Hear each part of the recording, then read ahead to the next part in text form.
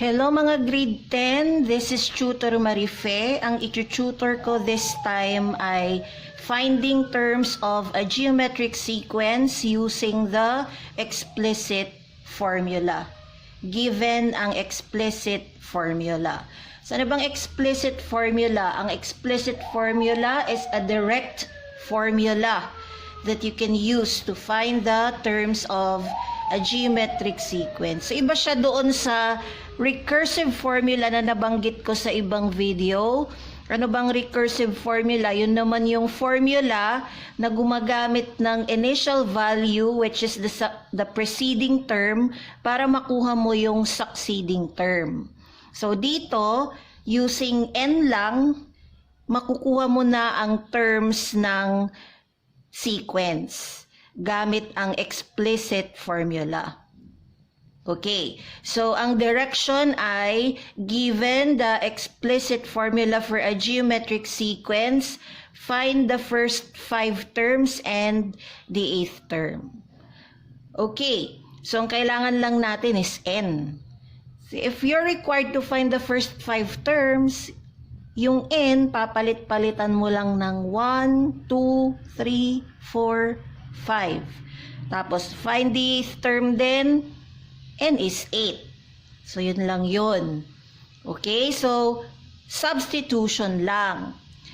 Napili ko itong dalawang explicit formulas na to kasi gusto kong i-point out yung difference.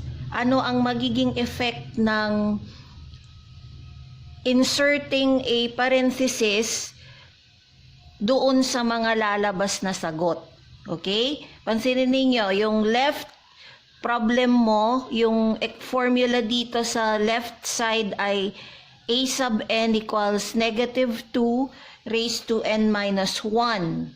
Samantalang dito sa right side, ano lang ang binago? Naglagay ng parenthesis to enclose negative 2. So, malalaman natin mamaya ano ba ang effect ng parenthesis doon sa formula. Okay, let's start. A sub n equals negative 2 raised to n minus 1. Let's solve for the first term of the geometric sequence. If n equals 1. If n equals 1, a sub 1 equals negative 2 raised to 1 minus 1. So, anong ginawa ko? Nag-plug in lang ako ng n. So, na-replace yung mga n ng 1. Then, solve. It's negative 2 raised to 0. And from your zero exponent law, any number expression raised to 0 is always equal to 1. So, this is negative 1. Okay, ito ang gusto kong i-point out. Itong n minus 1 na exponent mo applies only to 2. It doesn't apply to the negative side. Okay? Kung ano yung nasa intermediate left ng exponent, doon mo lang i-apply. So, ito, malayo na siya kasi ang nasa intermediate left ng exponent mo ay yung 2 lang. So, hindi applicable doon sa negative sign itong exponent mo. So actually, 0 applies only to 2. Takpan mo muna yung negative sign. It doesn't apply to negative 1. To negative, the negative sign. So what is 2 raised to 0? By 0 exponent law, it's 1. Then, copy the negative sign. Kaya negative 1 ang answer. Tandaan nyo yun. Let's solve for the second term if n equals 2. Plug in mo ulit. From the explicit formula, a sub 2 equals negative 2 raised to 2 minus 1. So it's equal to negative 2 raised to 1. 1 applies only to 2. What is 2 raised to 1? It's equal to 2. Then copy the negative sign.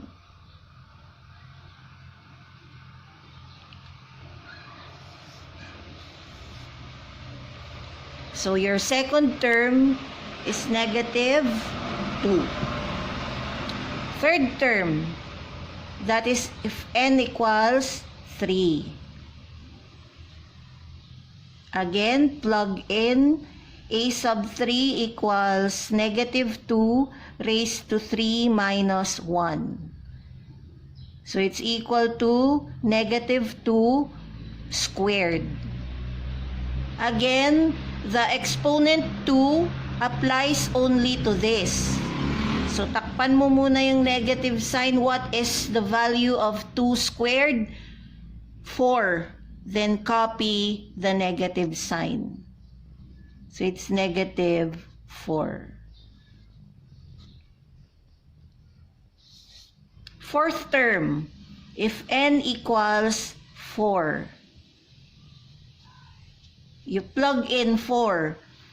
A sub 4 equals negative 2 raised to 4 minus 1. So it's equal to negative 2 cubed equals, takpan ulit yung negative. 2 cubed is 8. Then copy the negative sign. Negative 8.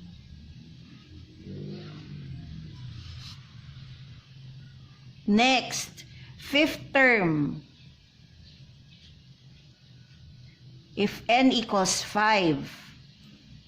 So fifth term or a sub 5 equals 2 raised to 5 minus 1. Negative 2 raised to 5 minus 1. So it's negative 2 raised to 4 equals, again, takpan ng negative sign kasi hindi para sa kanya yung exponent na 4. The exponent 4 is only for the 2. So 2 raised to 4 is 16. Then copy the negative sign. Yan. So yan ang first 5 terms ng geometric sequence with explicit formula a sub n equals negative 2 raised to n minus 1. Okay, so magsasolve pa tayo ng 8th term, n equals 8. If n equals 8, you plug in 8. Replace n with 8. So a sub 8 equals negative 2 raised to 8 minus 1 equals negative 2 raised to 7 equals, takpan ulit yung negative. Evaluate 2 raised to 7. What is 2 raised to 7? It's 2 raised to 5 kasi is 32 times 2, 64 times 2, it's 128. And then copy the negative sign. Okay? So, ang nai-encounter kong nagiging problema sa ganito ay doon sa kung kailan niya lalagyan ng negative yung answer. Okay? Sa negative magkakaproblema dito. Kaya tatandaan ninyo na kapag walang parenthesis, yung exponent mo ay para lamang doon sa katabi niya mismo, doon sa bandang kaliwa niya. Okay? So, solve natin ang second problem para makita natin yung difference. Ano ba ang kaibahan ng second doon sa first? Ano ba ang mangyayari kung i-enclose yung negative 2? Okay, let's start. Your second explicit formula is negative 2 enclosed with parenthesis raised to n minus 1. Parenthesis is an example of a grouping symbol. Grouping. So, meron siyang iginugrupo. Yung ikinukulong ng parenthesis, yun yung iginugrupo niya. Ano ba yung nakikita nyo sa loob ng parenthesis? It's negative 2. So, kasama yung negative doon sa naka-enclose. Ibig sabihin yan, itong exponent mo na n minus 1 applies to the whole thing inside the parenthesis. It also applies to the negative sign. So, kanina, the exponent n minus 1 applies only to its intermediate left. It doesn't apply to the negative sign. Because of the parenthesis, insertion of the parenthesis, nag-iba na yung coverage ng exponent na n minus 1. Pati yung negative, kasali na sa pag nagmamay-ari doon sa exponent na n minus 1. Okay? So, let's solve. To solve for the first term, n equals 1. I-plug in lang, a sub 1 equals negative 2 raised to 1 minus 1. So, it's equal to negative 2 raised to 0. Okay, this time, the 0 exponent is actually applied to the whole negative 2. So, ano ba ang value pag yung buong group i-raise mo to 0? It is equal to 1. Nandito na yung isang effect niya. I-compare mo doon. Ang first term natin dito is positive 1, samantalang dito sa walang parenthesis, ang first term ay negative 1. Okay? Be careful. If n equals 2,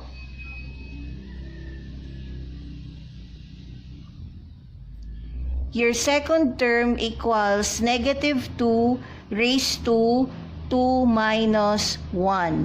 And it's equal to negative 2 raised to 1.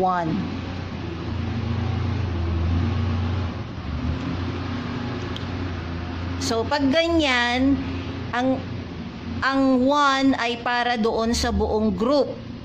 Okay? So, that means, ang bilang ng negative sign mo din ay ito. It's 1. If the number of negative sign is odd, the answer is negative. So, this is still negative. And what is 2 raised to 1? It's 2.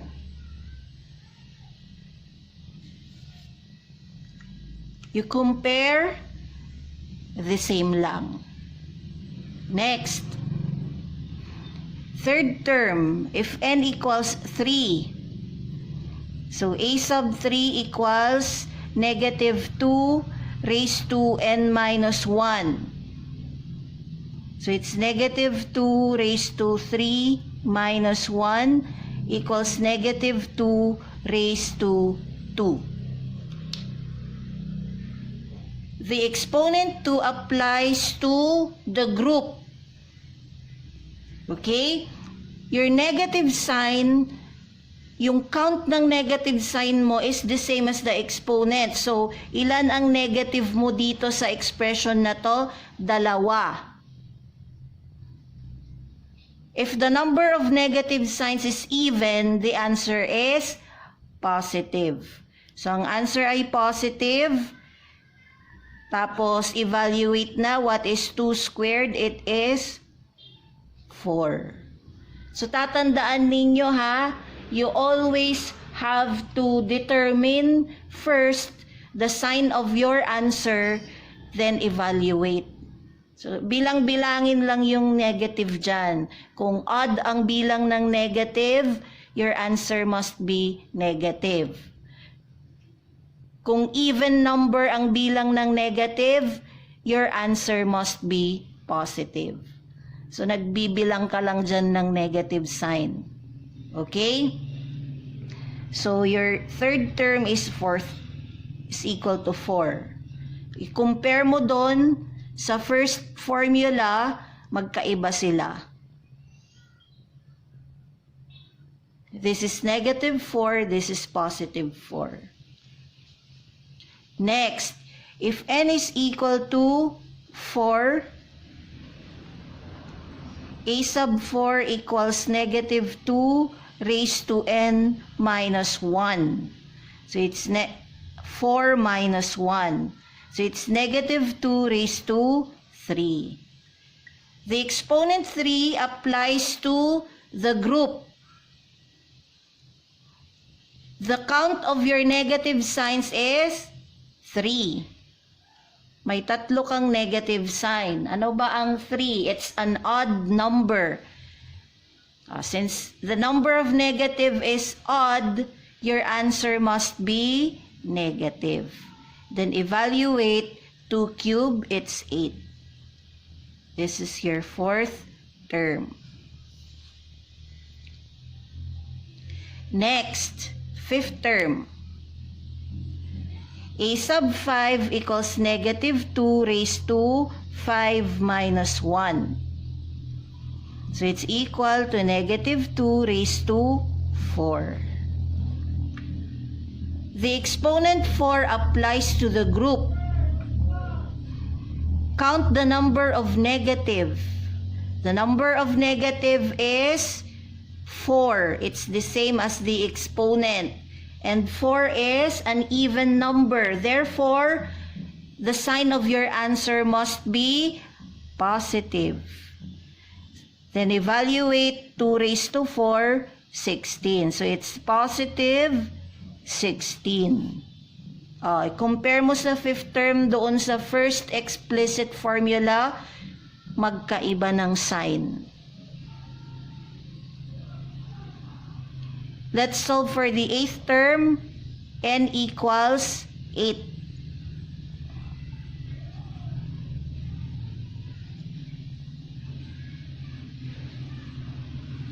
It's equal to negative 2 raised to 8 minus 1.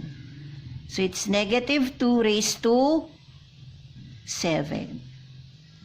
The exponent 7 applies to the group. Count the number of negative. The number of negative is the same as the exponent. So it's 7. 7 is an odd number. Then your answer must be negative. Evaluate 2 raised to 7, 128.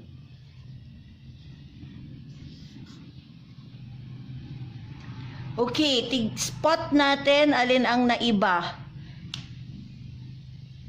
From this formula to this formula, kung saan may na-insert na parenthesis, kasi yung parenthesis dito, gusto na niyang isali yung negative sign na magmay-ari dito sa exponent.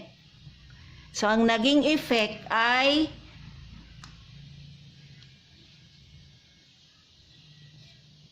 nasa first term, sa third term, at sa fifth term. Bakit kaya nandoon yung effect? Kasi tignan ninyo, pagkatapos kasing i-evaluate yung subtraction doon sa expression for exponent, 1 minus 1 naging 0. 2 minus 1, hindi pala, dito tayo. 3 minus 1, naging 2. 5 minus 1, naging 4. Tignan ninyo yung exponents. 0, 2, and 4. Diba even numbers ang 0, 2, and 4? 0, 2, 4. Even numbers ang 0, 2, 4.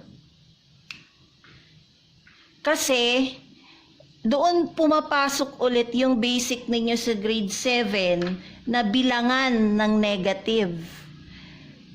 Okay, nabanggit ko na kanina na magbilang ka ng negative para ma-determine mo yung sign ng final answer mo.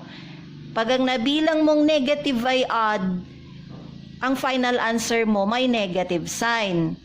Pag ang bilang ng negative mo ay even, ang final answer mo positive. Okay? So, kapag walang parenthesis, ang bilang ng negative mo dito sa first problem, palaging isa lang. Ito lang, nag-iisa lang ang negative pag nagbilang ka.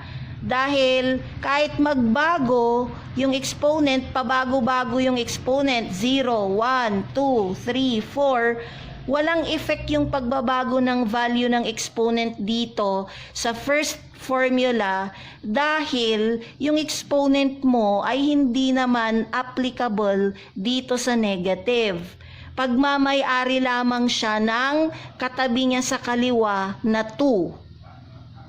Okay, so naka-fix ang bilang ng negative sign mo dito sa first formula. Laging 1 ang negative sign mo. At ang 1 kasi ay odd. Kaya puro negative yung lumabas na terms mo dito. So kahit mag-solve ka pa ng ibang terms using the first formula, kahit pa solve for the 1,000th term or the 1,000,000th term, anong i-expect mong sign ng terms na yon? Negative pa rin. Okay? Pero pagdating dito sa second formula, since naglagay ng parenthesis dito, isinali niya ang negative na nagmamay-ari doon sa exponent na n-1. Okay? So, every time nagbabago yung value nito, itong expression na n-1, syempre pag binago-bago mo yung n, nagbabago-bago ito. Okay? So, depende doon sa isinasubstitute mo na value ng n, dalawa lang ang mangyayari. Pag in-evaluate mo to, magiging odd ba siya, magiging even number ba siya. O, pag naging odd number ito, yun ang nagiging bilang ng negative mo kasi yung negative sa kanya rin yun. O, pag odd, yung naging value nito, odd number, odd din yung bilang ng negative mo, nagsasagot ka ng negative term. Pag in-evaluate mo ito at ang lumabas ay even number, nagiging even din yung bilang ng negative mo kasi sa kanya rin yung exponent, positive yung lumalabas na term. Okay? So, dito, nagiging alternating positive, negative, positive, negative, positive, negative, etc., etc. Pag itutuloy mo yung pagkuha ng terms nito, alternating positive, negative yung sign ng mga terms niya. So, unlike dito na puro negative. Okay? So, ang main purpose ko dito sa discussion na to ay yung malaking role ng parenthesis sa formula. And I am sure maraming estudyante na prone to error dito. Kung hindi niya naiintindihan ang kahalagahan ng parenthesis. Okay? So, at ang pagbibilang ng negative sign. So, sana naging clear sa inyo yung gusto kong i-point out sa topic na ito.